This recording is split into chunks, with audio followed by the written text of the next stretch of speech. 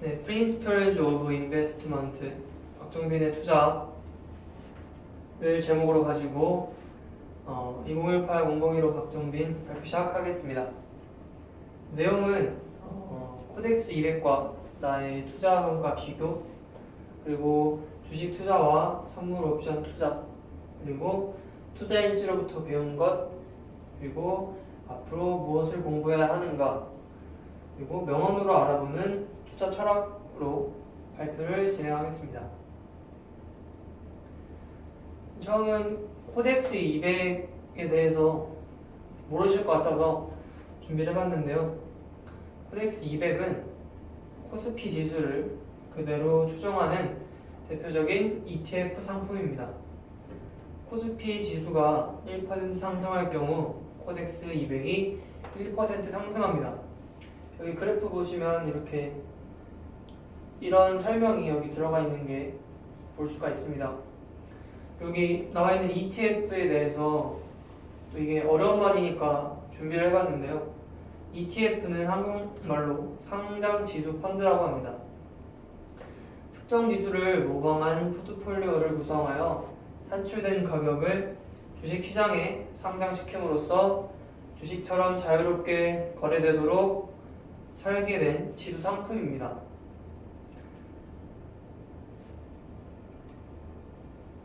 네, 그 다음은 제가 투자한 ETF에 대해서 설명을 해드리겠습니다. 첫 번째로 트렉스 중소형 가치인데요.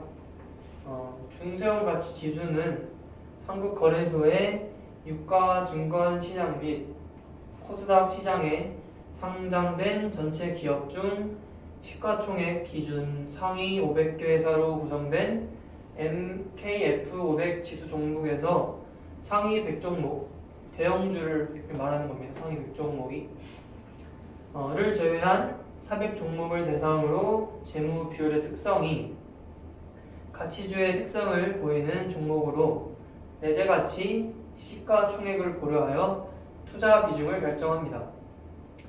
트렉스 중소형 가치 ETF에 투자함으로써 저렴한 보수로 중소형 가치주에 투자하는 것과 유사한 수익률을 기대할 수 있으며 거래소에서 실시간 매매가 가능합니다. 두 번째로 제가 투자한 ETF는 코덱스 기기장비입니다. 한국 거래소가 산출하는 KRX 10빌딩 지수는 국내 조선 사업의 주가 흐름을 반영하는 지수로서 국내 조선 업종을 대표하는 10개 종목으로 구성되어 있습니다. 유동성, 재무 상태 등의 기준을 적용하여 종목을 선정하며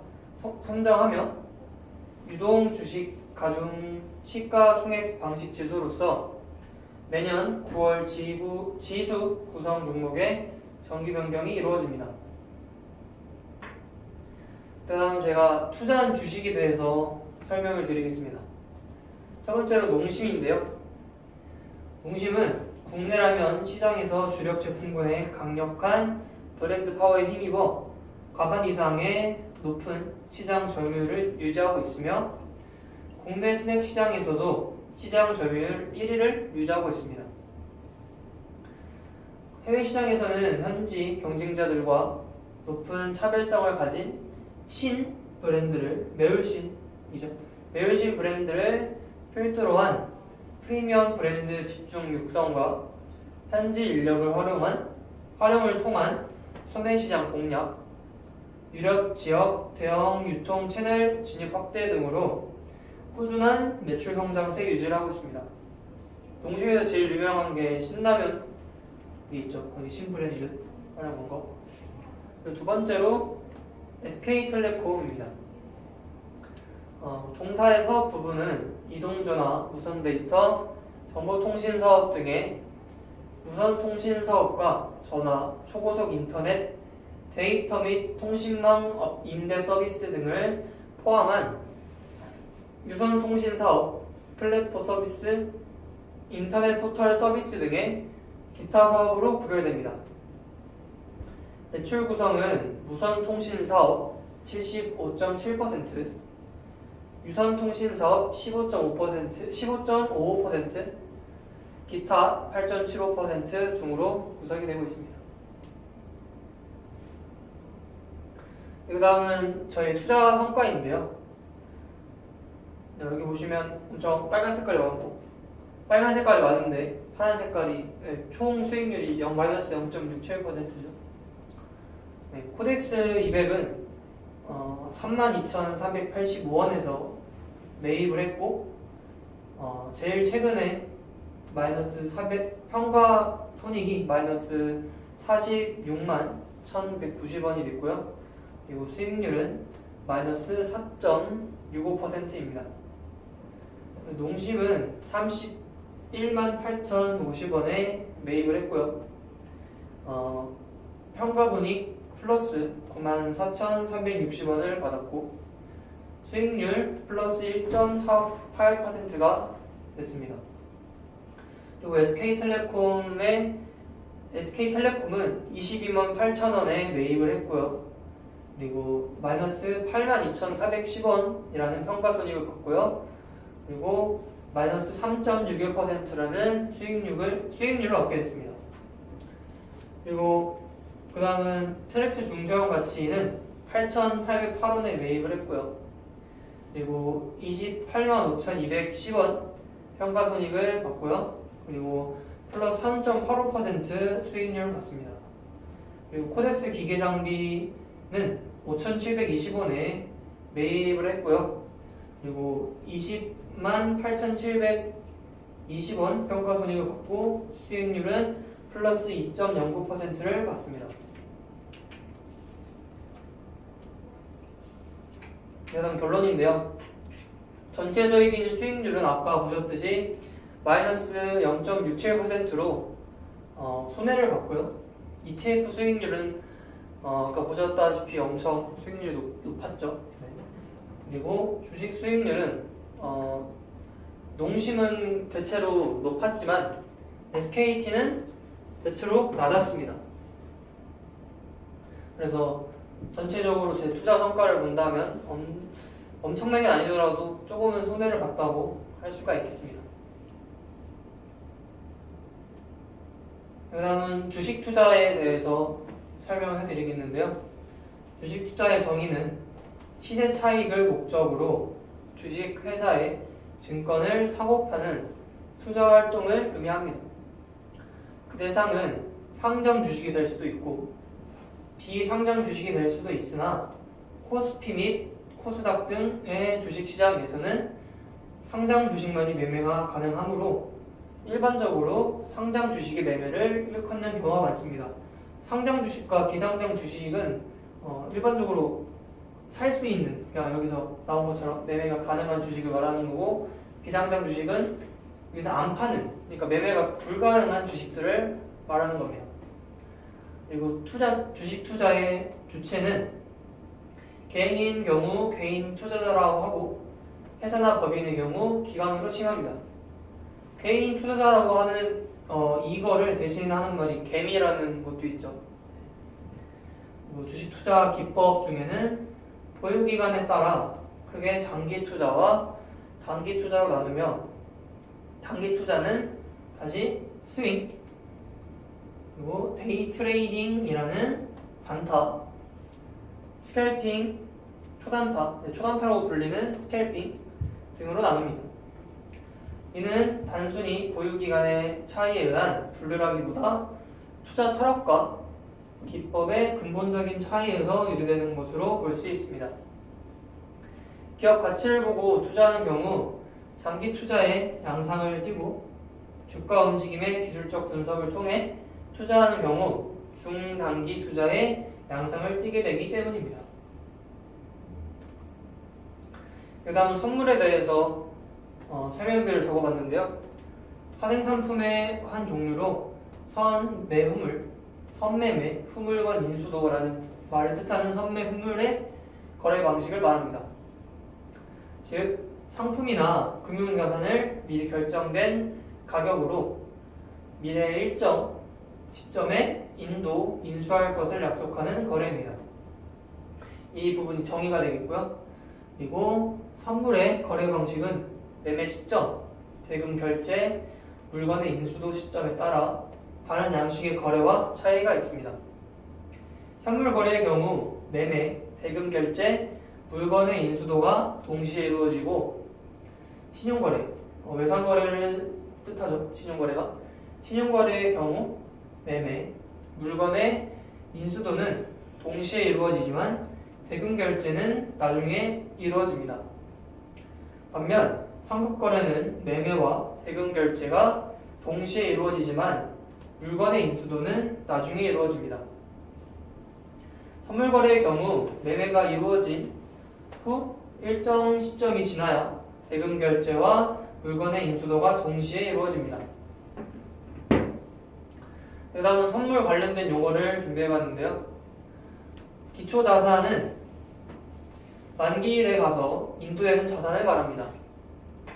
이 기초자산이 동물, 원유와 같은 실물 상품이면 상품 선물이라고 하며 매화, 채권과 같은 금융자산이면 금융선물이라고 합니다. 이거를 쉽게 말하면 이거는 만질 수 있는 상품들을 말하고 매화, 채권 이런 거는 웬만하면 만질 수 없고 눈으로만 볼 수 있는 것들을 금융선물이라고 합니다. 다음은 만기일인데요.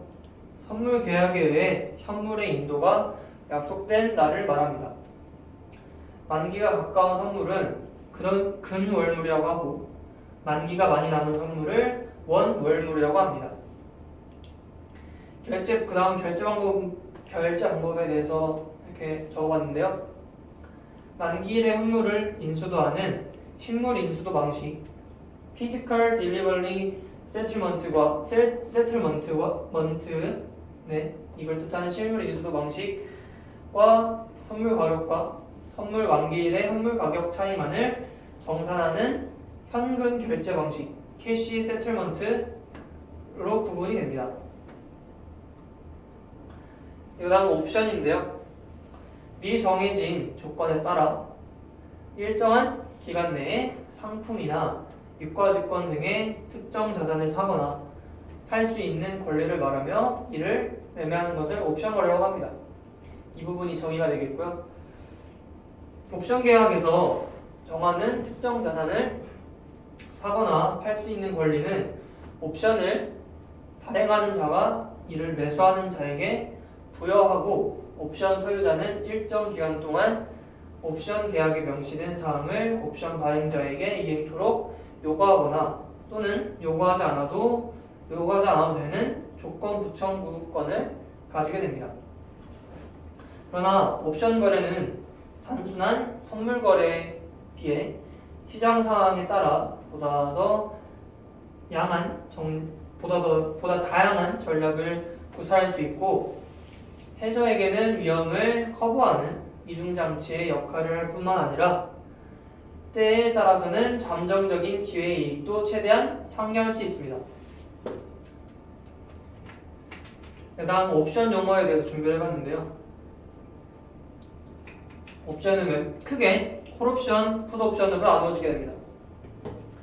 콜옵션은 뭐냐면 옵션 거래에서 사전에 정한 가격으로 지정한 날짜 또는 그 이전에 매수할 수 있는 권리이며 기초자산을 약정된 가격으로 미래 시점에 매입할 수 있는 권리입니다. 따라서 매수자는 기초자산의 가격이 상승하면 이익을 얻는 구조입니다. 그 다음은 풋옵션인데요. 옵션 거래에서 사전에 정한 가격으로 지정한 날짜 또는 그 이전에 매도할 수 있는 권리이며 기초자산을 약정된 가격으로 미래 시점에 매도할 수 있는 권리입니다. 매수자는 기초자산의 가격이 하락하면 이익을 얻는 구조입니다. 그 다음은 제가 투자일지에서 배운 것을 이렇게 드러내기 위해서 제가 투자일지를 쓴 거를 이렇게 다 나열해 봤는데요. 이때는 2018년 5월 28일 투자일지입니다. 이렇게 여기 보시면 농심은 이익을 보고 있고 SK트랙은 떨어지고 있고 코엑스 떨어지고 있죠. 한참 통일이 될 것 같았을 때 SK텔레콤 주식을 샀습니다. 통일이 되면 이노통신, 서비스가 발달할 것 같은 기대감에 그랬던 것 같았고, 하지만 기대와는 다르게 조금씩 떨어지고 있는 모습이 보입니다. 이렇게 계속 떨어지고 있죠, SK텔레콤이. 아직은 김정은이 변덕을 부리고 있어서 그렇지 조금 더 통일이 가까워지는 게 국민들 눈에 확실히 보이면 오를 것으로 기대하고 있습니다. 이때야 계속 SK텔레콤이 떨어지고 있어서 이 말을 했던 것 같습니다. 그래도 최근 SKT가 자율주행 대중교통 시스템 개발에 참여를 해서 이 개발이 성공한다면 주가가 오를 것으로 기대하고 있다고 말했습니다. 근데 여기 참가를 했는데 아직까지 소식이 안 들려오고 있습니다. 그 다음은 2018년 5월 29일 투자일지입니다. 네, 여기는 총수익률 0.45% 이득을 보고 있고요. 농심은 여전히 오르고 있고 SK텔레콤 여전히 떨어지고 있습니다. SK텔레콤에 변동이 일어나지 않은 것 같아 교수님이 말해주신 SK텔레콤의 펀더멘털에 대해 생각을 해보니 SK텔레콤은 통일에 관련돼서는 펀더멘털에 약한 것 같다고 말했습니다. 이때 5월 28일 날 교수님이 펀더멘탈이랑 이거 제가 말한 게 뭐가 관련이 있냐 해서 제가 이렇게 말해서 찾아봤습니다. 왜냐하면 통일이 가까워지면 SK텔레콤의 주가는 높아지고 멀어지면 낮아질 것이라고 생각하기 때문입니다. 그래서 펀더멘탈은 이 주식의 안정성, 이것을 뜻합니다. 한편 농심은 꾸준히 상승세를 보여주고 있습니다. 농심의 암호정보 입점, 평택의 보노스트 공장 착공 등이 영향을 어느 정도 미쳤다고 생각합니다. 그리고 이때가 그 꿀꽈배기가 몇 주년에 맞아서 이벤트 같은 것도 하고 있었거든요. 그래서 이것도 한몫을 한 걸로 알고 있습니다. 그 다음은 5월 30일 투자일지입니다. 네, 이때는 총수익률이 마이너스 0.06%로 손해를 보고 있었고요. 농심은 여전히 계속 올라가고 있습니다. SK텔레콤은 여전히 계속 떨어지고 있는 중이고요. 섹스200도 계속 떨어지고 있는 중입니다. 농심은 여전히 올라가고 있지만 SK텔레콤은 떨어지기만 합니다. 단기적으로만 보면 당장이라도 SK텔레콤을 팔아야 할 것 같지만 그래도 아직까지는 지켜볼 만한 것 같습니다. 이거를 이렇게 말한 이유가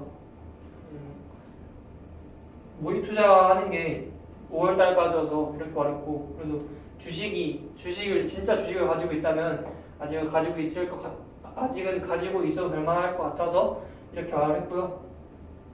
SK텔레콤이 참여하고 있는 개발들과 최근에 하나테크인과 협력을 하고 있기 때문에 아직은 팔 때가 아니라고 생각합니다. 그리고 한편 농심은 아직 떨어질 기미가 보이지 않기 때문에 일단은 둬야겠다고 생각합니다. 그리고 그 다음에 2018년 5월 30일 투자일지인데요. 이때는 이런 거를 가지고 투자일지를 쓴 것보다 모의 투자 마지막 날이기 때문에 거의 약간 소감문? 그렇게 썼던 것 같습니다. 주식을 평가할 때 항상 뉴스를 보며 하고 있었지만 하지만 교수님이 밴드에 올려주신 투자일지 감상평을 보면서 내가 주식을 평가하는 방식이 틀렸다는 것을 알게 됐습니다. 짧은 기간 동안 투자일지를 쓰면서 나의 잘못된 점, 뉴스에 의존하는 거, 이게 잘못된 점이고요. 나아가야 할 방향, 가치 투자를 알게 된 것 같아 좋았습니다. 제가 투자일지로부터 배운 것은요, 뉴스에 올라온 기사가 이미 주가에 반영되어 있을 수도 있다는 것을 알게 되었고, 주식을 하려면 책임감을 가지고 끊임없이 분석하고 공부해야 합니다. 그리고 기업에 관한 정보는 내부자에게 얻어야 합니다. 그리고 이거를 배웠던 투자일지 부분이 앞으로 좀만 넘겨주세요. 네. 여기 이런 거, 하나테크인과 협력을 하고 있고 뭐 이런 것도 있었고요. 앞으로도 하나 좀 남겨주세요. 그리고 이런 것도 있었고요. 그리고 또 앞에 좀만 남겨주세요. 그리고 이런 걸 뉴스에 의존하는 제 습관, 투자일지를 쓰면서 제 스스로 반성을 할 수 있습니다. 그 다음은 제가 앞으로 공부를 해야 될 것을 회계로 뽑았는데요. 회계가 필요한 이유는 기업은 기업의 언어가 존재합니다. 그래서 그것이 바로 회계라고 하는데 회계를 모르면 기업과 의사소통을 할 수 없습니다. 따라서 기업 분석을 위해서는 기업의 언어인 회계를 먼저 배워야 한다고 생각합니다. 기업은 한 해 동안 장사하면서 얻은 수익과 지출한 비용에 대해서 정량을 발표합니다. 우리는 이러한 자료들을 통해서 기업이 돈을 잘 버는지 못 버는지, 직면한 위험은 무엇인지, 앞으로도 꾸준히 성장할 수 있는지에 대해서 판단해야 합니다. 그리고 주주의 입장에서 분석하자입니다. 회계를 공부하면서 항상 생각해야 하는 부분은 주주에게 미치는 영향은 입니다. 기업의 재무제표를 분석하면서 이 부분은 기업 가치를 훼손시켜 주주에게 손해를 끼칠 수 있는 부분이야. 이 부분은 기업 가치를 높여 주주의 부를 증가시킬 수 있는 부분이야. 식으로 생각해 보아야 합니다. 우리는 투자할 기업을 분석하는 것이기 때문에 소비자나 경영자 또는 채권자 입장에서가 아닌 투자자, 즉 주주의 입장에서 생각해야 합니다. 그 다음은 재무제표의 구성을 또 공부해야 되는데요. 재무상태표, 포괄손익계산서, 현금흐름표, 자본변동표, 주석기업의 재무제표 중 기업 분석에 가장 자주 쓰이는 것은 재무상태표, 이거 전에 대차대조표라고 불렸던 재무상태표, 포괄손익계산서, 손익계산서로 불렸던 포괄손익계산서, 그리고 현금흐름표 이 세 가지입니다. 이 세 가지를 포괄적으로 이해할 수 있어야 합니다. 각 자료마다 따로따로 보는 것이 아니라 한 지표가 다른 지표에 미치는 영향들을 고려하면서 상호 보완적으로 분석해야 합니다. 그 다음은 재무상태표와 포괄손익계산서입니다. 재무상태표와 포괄손익계산서를 구분하자면 재무상태표는 스톡, 절약개념이고 포괄손익계산서는 플롯, 유랑개념입니다. 스토크 개념이라는 것은 일정 시점에 얼마 쌓여있나 하는 개념이고 플로우 개념은 일정 기간 동안 얼마만큼 쌓였나 하는 개념입니다. 지금 통장에 얼마 들어있어? 라는 말은 과거부터 계속 쌓여와서 결국 지금 시점, 일정 시점을 말하는 지금 시점에 자산이 얼마 있는지를 묻는 것입니다. 즉 스토크 개념입니다. 반면에 한 달에 용돈 얼마 받아? 라는 말은 한 달 일정 기간 동안 수익이 얼마 들어왔는지를 묻는 것입니다. 즉 플로우 개념을 말하는 것입니다. 그 다음은 현금흐름표인데요. 현금만 생각해 라는 현금흐름표입니다. 현금흐름표란 일정 기간에 현금이 얼마나 들어오고 나갔나를 기재하는 표입니다. 기업이 제품을 판매할 때 그 즉시 현금을 지급받지 못하고 1년 후에 받거나 2년 후에 받는 경우가 종종 있습니다. 반대로 기업이 제품을 구매할 때 구입대금을 즉시 지급하지 않고 1년 후나 2년 후에 지급하는 사람도 있습니다. 이렇게 물건을 판매하거나 구매해서 수익을 올리거나 비용을 제출했지만 실제 현금이 들어오거나 빠져나가지 않는 경우 포괄손익계산서에는 수익과 비용을 인식해주지만 현금흐름표에는 인식하지 않습니다. 현금흐름표에는 실제 현금이 들어오거나 빠져나갔을 때 기재하는 것입니다. 그 다음은 투자 철학을 원래 준비하려고 했는데 명언과 투자 철학을 연결시킬 수 있을 것 같아서 이렇게 한번 투자의 대가들을 10명을 조사를 해서 나열을 해봤습니다. 첫 번째로 오렌 버핏인데요. 오렌 버핏은 잭팟을 터뜨렸다고 말하는 사람들을 보려 해서는 안 된다. 이것이 성공적인 투자의 핵심이다. 두 번째로 주식시장은 적극적인 자에게 참을성이 많은 자에게로 돈이 넘어가도록 설계되어 있다. 세 번째로 능력 범위 안에 있는 기업만 평가할 수 있으면 된다. 능력 범위의 크기는 중요하지 않다. 하지만 자신의 능력 범위는 반드시 알아야 한다고 말했습니다. 오렌 버핏은 개인적인 노력을 엄청 중요시하는 사람인 것 같습니다. 두 번째로 찰리 먼거인데요. 찰리 먼거라는 사람은 1911년에 가장 잘 나가던 50개 기업 중에서 살아남는 것은 G 하나뿐이다. 경쟁자들의 경력이 얼마나 무서운 것인지 알 수 있다. 긴 세월에 걸쳐서 역사는 어떤 기업이라 하더라도 그 기업을 소유하고 있는 사람들이 원하는 대로 살아남을 수 있는 가능성은 결코 크지 않음을 보여주고 있다. 투자자들은 제정신이 아닐 정도의 근성과 인내심을 결합시킬 필요가 있다. 그리고 기회가 눈앞에 나타나면 덥석 낚아챌 준비가 돼 있어야 한다. 이 세상에서 기회라는 것은 그리 오래 머물러 있지 않기 때문이다. 네, 이런 말을 했고요. 세 번째로 피터 린치입니다. 피터 린치는 하루에 508포인트가 하락하든 108포인트가 하락하든 결국 우수한 기업은 성공하고 열등한 기업은 실패할 것이다. 각각의 투자자들도 여기에 합당한 보상을 받을 것이다 라고 말했고, 두 번째로 크게 성공한 투자자가 이렇게 말한 적이 있습니다. 약세론이 항상 지성적으로 들린다. 아침 신문을 읽을 때마다 그리고 저녁 뉴스를 볼 때마다 우리는 주식을 내던지기 위한 그럴듯한 이유를 얼마든지 찾아낼 수 있다. 이유를 좀 잘 네, 주식을 팔지 안 팔지라는 그 판단할 수 있는 기준을 찾으라고 하는 말 같고요. 네 번째는 코스톨라니입니다. 코스톨라니는 주식 투자에 뛰어들려면 기꺼이 위험을 감수하겠다는 정신적 준비 운동이 필요하다. 확실한 수익을 보장해주는 주식시장은 세상 어느 곳에도 없다. 투자에 있어서 손실과 수익은 분리할 수 없는 동전의 양면과 같고 투자자의 일생 동안 쫓아다닌다. 실패에 대한 진지한 분석만이 성공적인 투자자가 되는 유일한 방법이다.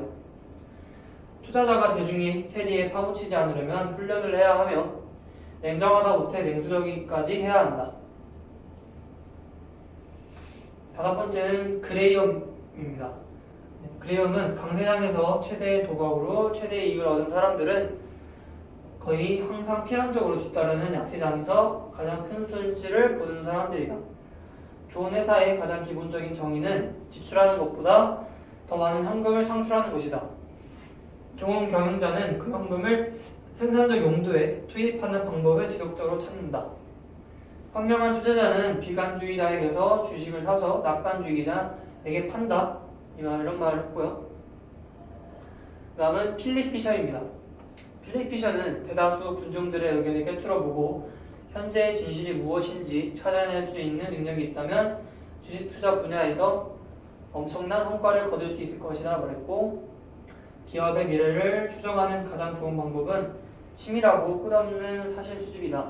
될 수 있는 한 많은 현장의 자료와 데이터, 사실 등을 수집하고 사람들을 만나 데이터를 교차 검증하는 수밖에 없다 라고 말했습니다. 그 다음 템플턴인데요. 템플턴은 최적의 매수 타이밍은 시장의 피가 낭자할 때다. 설령 그것이 당신의 피일지라도 말이다. 시장의 패닉에 절대 즉각적으로 행동하지 마라. 팔아야 할 시점은 시장이 추락하기 이전이니 추락한 다음이 아니다. 오히려 숨을 한번 깊게 들이쉬고 조용히 자신의 포트폴리오를 분석해보라. 그 다음 대중과 뭔가 다르게 하지 않고 뛰어난 성과를 얻는 것은 불가능하다라고 말했습니다. 이 사람이 한 말이 저의 투자 철학과 제일 잘 맞는 것 같고 전략과도 제일 잘 맞는 것 같습니다. 그 다음은 세스클라만인데요. 세스클라만은 최고의 투자자들은 절대 수익을 목표로 삼지 않는다. 우선 위험에 집중하고 그리고 나서야 위험을 감수할 만한 수익률이 기대되는지 여부를 결정하게 된다. 그리고 자산가치라는 허리띠가 이익이라는 멜빵의 보호를 받을 때 가장 큰 편안함을 느낀다. 돈을 빨리 벌고자 하는 유혹이 너무 커서 많은 투자자들이 대중에 역하는 것을 어려워한다 라고 말했습니다. 다음은 랄프 엔저입니다.